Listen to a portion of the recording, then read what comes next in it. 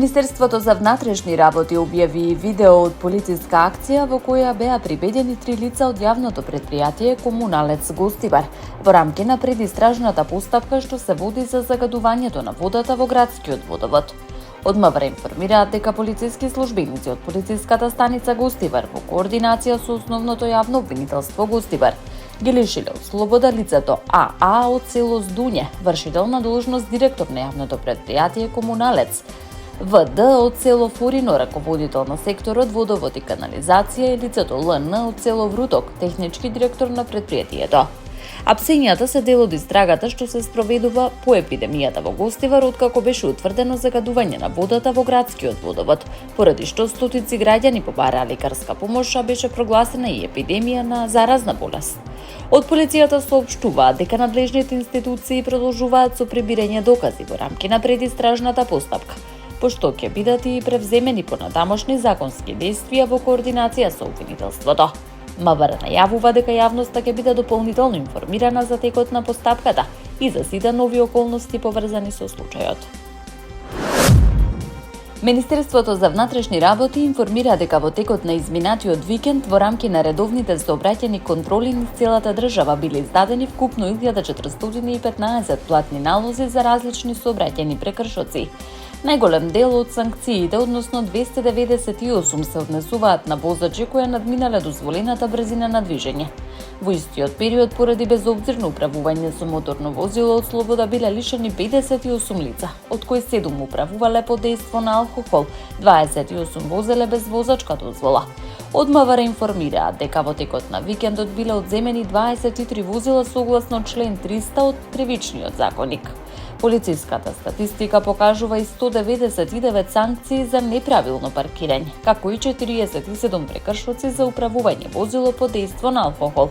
Санкционирани биле и 125 возачи на мотоцикли поради неносење заштитен шлем, додека 183 возачи и патници не користеле сигурносен појас. Во рамки на контролите од сообраќај биле исклучени 18 нерегистрирани возила и уште 12 поради техничка неисправност. Дополнително тројца возачи биле санкционирани поради непочитување на прописите што се однесуваат на затемнување на стаклата на возилата. Од Министерството за внатрешни работи најавуваат дека засилените сообраќајни контроли ќе продолжат и во наредниот период. Апелираат до сите учесници во сообраќајот доследно да ги почитуваат сообраќајните правила и прописи, со цел зголемување на безбедноста на патиштата и намалување на бројот на сообраќајни несгоди.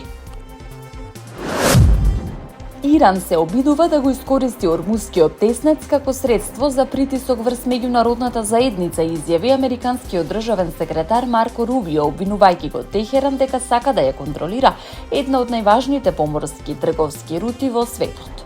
Говорејќи пред новинарите пред неговото заминување на состанокот на министрите за надворешни работи на Филипини, Рубио изјави дека американските воени активности се насочени исклучиво кон спречување на нападите врз комерцијалните бродови и намалување на способноста на Иран да го загрозува слободното одвивање на поморскиот сообраќај. Јасно е дека Иран или дел од луѓето во Иран сакаат да го контролираат теснецот и да го користат како средство за притисок врз светот, изјави Рубио. Американскиот државен секретар порача дека Соединетите американски држави ќе продолжат да превземаат мерки за заштита на глобалната трговија, но нагласи дека Вашингтон не може самостојно и неограничено да биде единствен гарант за безбедноста на една од најфреквентните поморски рути.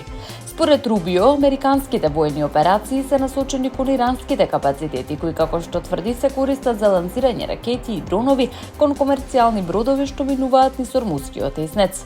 Тој оцени дека досегашните активности на американските сили ја намалиле можноста на Иран за напади и спречиле дел од планираните действија. Рубио нагласи дека Вашингтон и понатаму останува отворен за дипломатско решение, но дека за тоа според него е потребна промена во однесувањето на Техеран. Нивното однесување мора да се промени за да се промени и нашето, порача американскиот државен секретар, обвинувајќи го Иран дека со продолжувањето на нападите врз бродови ги прекршува претходните договори и го загрозува меѓународниот поморски сообраќај. Унгарскиот премиер Петер Маѓар најави дека планира да ја номинира поранешната шахистка Јудит Полгар за претседател на земјата, откако претседателската функција остана празна по разрешувањето на Тамаш Сулјок. Маѓар преку објава на социјалните мрежи информираше дека денеска ќе се сретне со 49 годишната Полгар. Изрази надеж дека таа ќе ја прифати номинацијата за највисоката државна функција. Со децении името Јудит Полгар е синоним за талент и упорност, порача Маѓар, нагласувајќи дека таа со години е најдобро рангирана шахистка во светот и една од најдобрите шахистки воопшто. Полгар е сметана за една од најголемите шаховски фигури во историјата. Таа беше шаховско чудо од дете, освои повеќе златни медали на шаховските олимписки игри и 26 години беше на врвот на светската ранглиста во женска конкуренција. Се повлече од професионалниот шах пред повеќе од една деценија, но продолжи активно да ја промовира играта и преку својата фондација да поддржува образовни проекти и еднакви можности. Номинацијата доаѓа откако унгарскиот парламент го разреши председателот Тамаш Сулјок, политички сојузник на премиерот Виктор Орбан по изборниот пораз во април.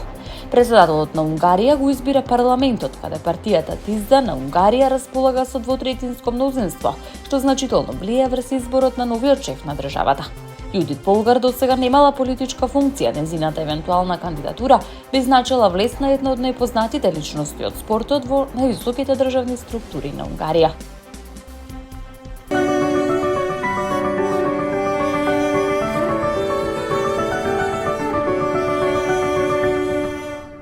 До петок, под влијание на серија влажни и нестабилни воздушни маси, времето во земјава ќе биде променливо облачно и наместа нестабилно, со појава на пороен дожд и грмежи, информираат од Управата за хидрометеоролошки работи.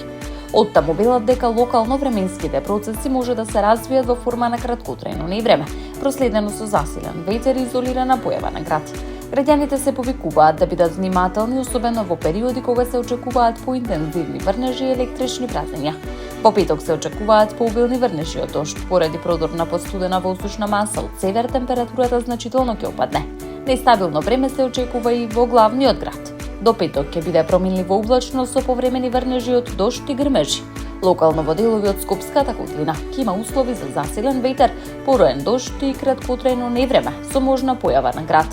Од Управата за хидрометеоролошки работи апелираат до граѓаните при појава на грмотевици и електрични празнења да избегнуваат престој на отворен простор, особено под осамени дрвја, и да ги следат официјалните временски предупредувања.